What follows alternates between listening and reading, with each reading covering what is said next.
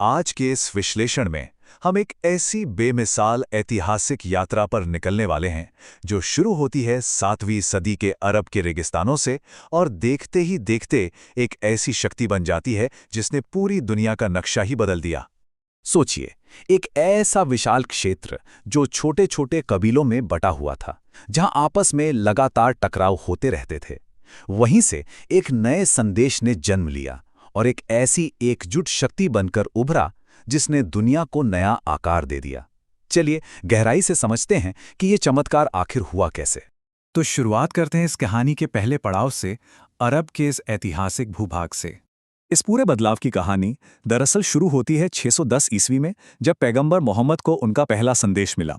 फिर 622 में एक बहुत ही बड़ा मोड़ आया, जब हिजरत हुई, यानी उन्होंने मक्का से मदीना की तरफ प्रवास किया। यहीं पर इस आंदोलन ने पहली बार एक ठोस राजनीतिक आकार लेना शुरू किया और देखते ही देखते सिर्फ 10 सालों के भीतर, यानी 632 ईस्वी तक, पूरा अरब धार्मिक और राजनीतिक रूप से पूरी तरह एकजुट हो चुका था। अरब को एकजुट करने के बाद अब बारी थी इस शक्ति के तेजी से विस्तार होने की, खासकर मध्य पूर्व यानी मिडिल ईस्ट की तरफ। अब यहां एक बहुत ही दिलचस्प बात सामने आती है। उस वक्त के दो सबसे शक्तिशाली साम्राज्य, बिजेंटाइन और पारसी साम्राज्य, आपसी युद्धों की वजह से पहले ही बुरी तरह थक चुके थे, कमजोर पड़ चुके थे, और मुस्लिम सेनाओं ने इसी स्थिति का फायदा उठाते हुए तेजी से सैन्य सफलताएं हासिल की। एक के बाद एक ये विस्तार सबसे पहले सीरिया और फिलिस्तीन, फिर लगभग 640 ईस्वी में मिस्र और उसके बाद सीधे पूर्व में ईरान तक बड़ी तेजी से फैल गया। ये रफ्तार वाकई में हैरान करने वाली थी। लेकिन ये सिलसिला यहीं नहीं रुका।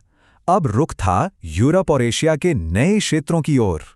जब हम स्पेन में इस्लामी शासन की बात करते हैं, जिसे अल अंडालूस के नाम से जाना गया, तो ये सिर्फ जमीन जीतने या आक्रमण तक सीमित नहीं था। ये दरअसल सांस्कृतिक विकास का एक बेमिसाल दौर था। कॉर्डोबा जैसे शहर अचानक से दुनिया के सबसे उन्नत शहर बन गए। वहाँ विज्ञान, आलीशान वास्तुकला और शिक्षा के बड़े बड़े केंद्र स्थापित हुए। ये वो दौर था जब ज्ञान और कला एक नए शिखर पर थे। इसके बाद एक और नया मोड़ आता है, जब यह प्रभाव अफ्रीका की तरफ पड़ा। लेकिन इस बार इसका रूप और तरीका बिल्कुल बदल चुका था। यहां इन दोनों बातों का अंतर समझना बहुत जरूरी है। जैसा कि हमने देखा, मिडिल ईस्ट और यूरोप का शुरुआती विस्तार जहां बड़ी सेनाओं और सैन्य जीत पर निर्भर था, वहीं अफ्रीका और एशिया के कई हिस्सों में इसका प्रभाव बिल्कुल शांतिपूर्ण रहा। उदाहरण के लिए, पश्चिमी अफ्रीका के माली साम्राज्य और मशहूर स्वाहिली तट का विकास किसी लड़ाई से नहीं, बल्कि ट्रांस सहारा व्यापार नेटवर्क और अलग-अलग संस्कृतियों के मिलन से हुआ था। यहाँ ज्ञान और व्यापार ने ही सबसे अहम भूमिका निभाई। और बिल्कुल यही शांतिपूर्ण व्यापार और प्रभाव का सिलसिला दक्षिण पूर्वी एशिया यानी साउथ ईस्ट एशिया तक भी पहुंचा। आधुनिक इंडोनेशिया और मलेशिया जैसी जगहों पर इस धर्म को व्यापारी और सूफी शिक्षक लेकर आए। यह पूरी तरह से व्यापारिक संपर्कों और आपसी प्रभाव के जरिए वहां फैला। जब स्थानीय शासकों ने इन विचारों को सुना और पसंद किया, तो उन्होंने इसे स्वेच्छा से स्वीकार कर लिया, और इस तरह बिना किसी युद्ध के धीरे धीरे यह एक विशाल क्षेत्र का प्रमुख धर्म बन गया।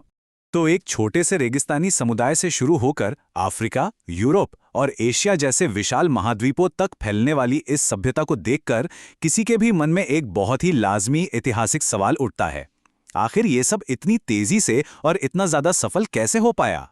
ऐतिहासिक तथ्य और सबूत हमें 3 मुख्य कारण बताते हैं। सबसे पहला कारण था शुरुआत में ही मजबूत राजनीतिक राज्य और एकजुट नेतृत्व की स्थापना। दूसरा, उन बड़े साम्राज्यों के खिलाफ मिली रणनीतिक सैन्य सफलता, जो आंतरिक युद्धों के कारण पहले ही बिल्कुल कमजोर हो चुके थे। और तीसरा, और शायद सबसे अहम कारण, व्यापार, शिक्षा और संस्कृति के उन विशाल नेटवर्क का निर्माण, जिन्होंने दुनिया के अलग-अलग और दूर दराज के हिस्सों को एक मजबूत सूत्र में बांध दिया। कुल मिलाकर अगर देखें तो ये कहानी सिर्फ सैन्य जीत या क्षेत्र विस्तार की नहीं है। ये कहानी है महाद्वीपों के पार आपसी जुड़ावों की, नई संस्कृतियों की और विचारों के आदान प्रदान की। ये साबित करता है कि दुनिया के इतिहास में ऐसी स्थायी और गहरी छाप छोड़ने के लिए बल या शक्ति से कहीं ज्यादा साझा विचारों और व्यापारिक जुड़ावों की आवश्यकता होती है। आज के इस आधुनिक और इंटरनेट से जुड़े दौर में भी क्या विचारों और व्यापार का यही संयोजन दुनिया को नया आकार देने की ताकत रखता है? ये इतिहास हमें इस पर गहराई से सोचने पर मजबूर जरूर करता है।